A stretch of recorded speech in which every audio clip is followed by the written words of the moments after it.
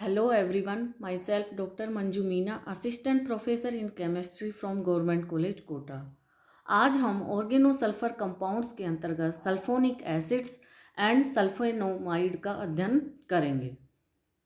सर्वप्रथम हम देखेंगे कि जो सल्फोनिक एसिड है उसके फिजिकल प्रॉपर्टीज और केमिकल प्रॉपर्टीज क्या क्या हैं। प्रीवियस लेक्चर में हमने इसकी बनाने की विधियां एवं इसका नामकरण किस प्रकार से करते हैं वह देखा था। Physical properties. सल्फोनिक एसिड रंगहीन एवं आर्द्रता ग्राही क्रिस्टलीय ठोस होते हैं जो कि अति ध्रुवीय होने के कारण जल में विलयशील होते हैं और जल में पूर्ण रूप से घुलकर आयनित अवस्था में आते हैं। ArSO3H है यहाँ पर सल्फोनिक एसिड जल से क्रिया करके किस आयन में कन्वर्ट हो जाता है ArSO3- और H3O+। जल के अतिरिक्त ये अन्य ध्रुवीय विलायकों यहाँ तक कि H2SO4 में भी विलयशील होते हैं, लेकिन अध्रुवीय कार्बनिक विलायकों में ये अविलय होते हैं। इनकी वाष्पशीलता कम होती है और सामान्यतः ये क्वथनांक बिंदु पर ही विघटित हो जाते हैं। इनकी कम वाष्पशीलता, आर्द्रता ग्राही प्रकृति, क्वथनांक बिंदु तक विघटित होना आदि कुछ ऐसे गुण होते हैं जिनके कारण बेंजीन सल्फोनिक अम्लों को शुद्ध अवस्था में प्राप्त नहीं कर पाते हैं। इसीलिए सामान्यतः इन्हें लवणों के रूप में प्राप्त करके उसी रूप में हम रिएक्शन के दौरान प्रयुक्त करते हैं।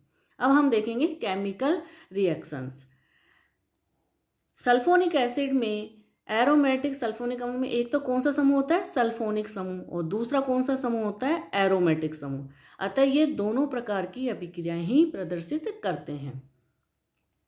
फर्स्ट हम देखेंगे इसमें सल्फोनिक समूह की अभिक्रियाएं। यह समूह है SO2OH तीन प्रकार की अभिक्रियाएं देता है। फर्स्ट जिसमें कि हाइड्रोजन ऑक्सीजन और हाइड्रोजन के बीच का बंध टूटता हो। सेकंड जिसके अंतर्गत SO2 और OH के बीच का ये वाला बॉन्ड टूटे। और थर्ड है SO2OH बंध टूट SO2OH बाहर निकले। अतः हम तीनों प्रकार की अभिक्रियाओं का अध्ययन करेंगे। फर्स्ट जिसमें कि O और H के बीच का बंध टूटता हो। इसके अंतर्गत यौगिक अम्लीय गुण आते हैं जिनके कारण ये जल में आयनित होकर प्रोटॉन मुक्त करते हैं, क्षारों को उदासीन करके लवण बनाते हैं तथा धातुओं से क्रिया करके हाइड्रोजन गैस को मुक्त करते हैं। सल्फोनिक एसिड है ये जल से क्रिया करके किस किस लवणों में टूट जाता है ArSO3- और H3O+। अब ये किससे क्रिया करेगा सल्फोनिक एसिड NaOH से। इस प्रकार से सोडियम लवणों में कन्वर्ट हो जाता है। ArOSO3H Na से क्रिया करके भी सोडियम एरोमेटिक सल्फोनेट का निर्माण करता है।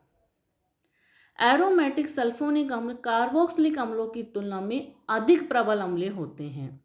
इसके दो कारण हैं।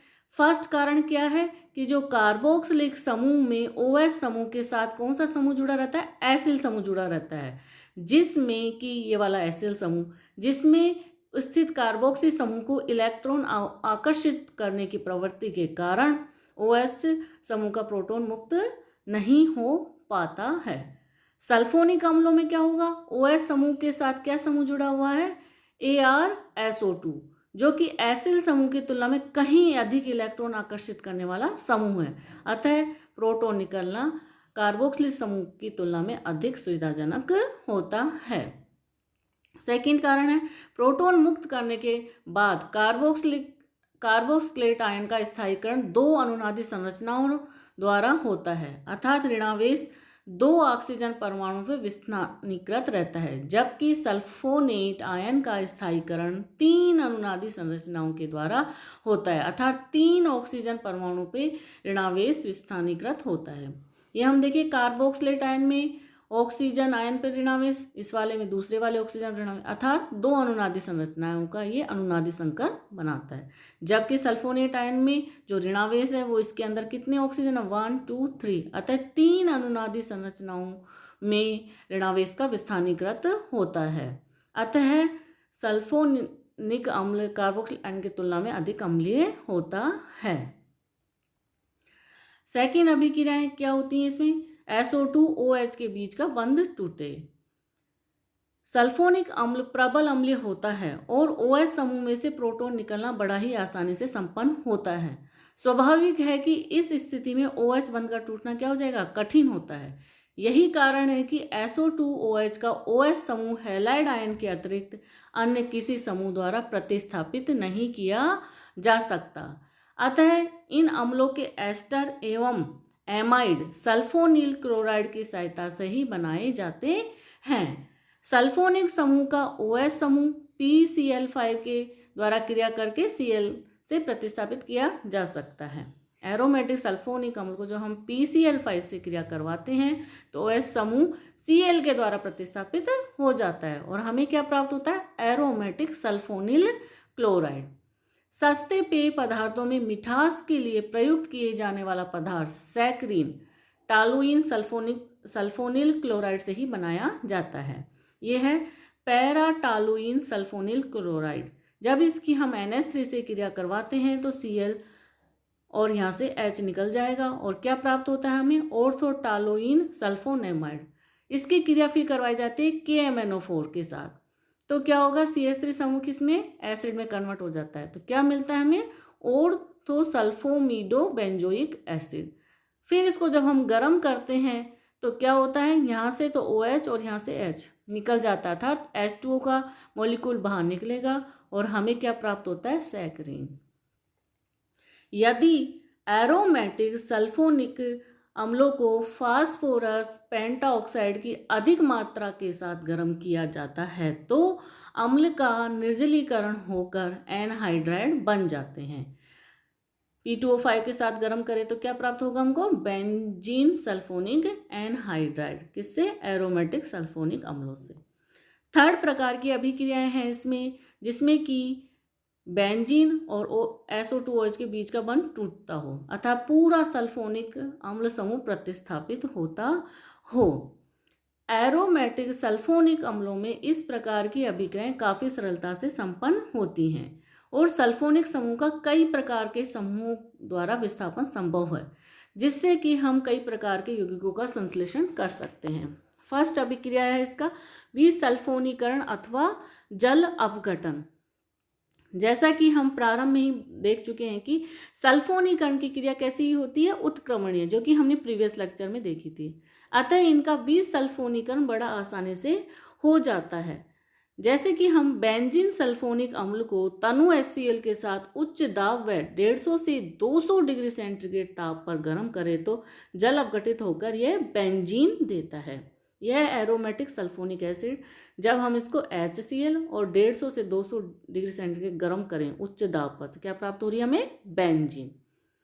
कुछ सक्रिय सल्फोनिक अम्लों का जल अपघटन मात्र भाप आसवन के द्वारा भी कराया जा सकता है।